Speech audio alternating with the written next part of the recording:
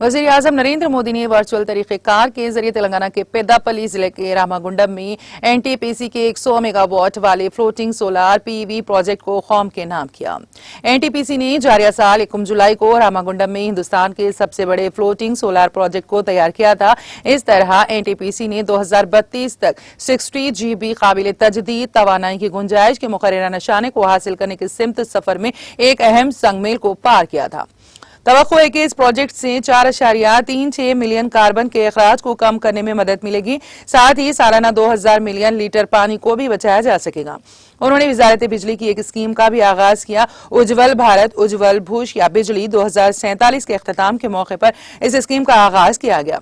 तजदीद शुदा तकसीमी शोबे की स्कीम का मकसद बिजली के महकमा और डिस्ट्रीब्यूशन कंपनियों की अहमियत व मालियाती इस्तेहकाम को बेहतर बनाना है। इस स्कीम के जरिए डिस्ट्रीब्यूशन इंफ्रास्ट्रक्चर को बेहतर करने, असरी बनाने, डिस्कॉम्स के लिए माली इमदाद फराहम करना, ताहम तमाम सारिफिन के लिए काबिल भरोसा और मियारी बिजली की सरबराही में बेहतरी पुरतवज्जो मरकूज करना है।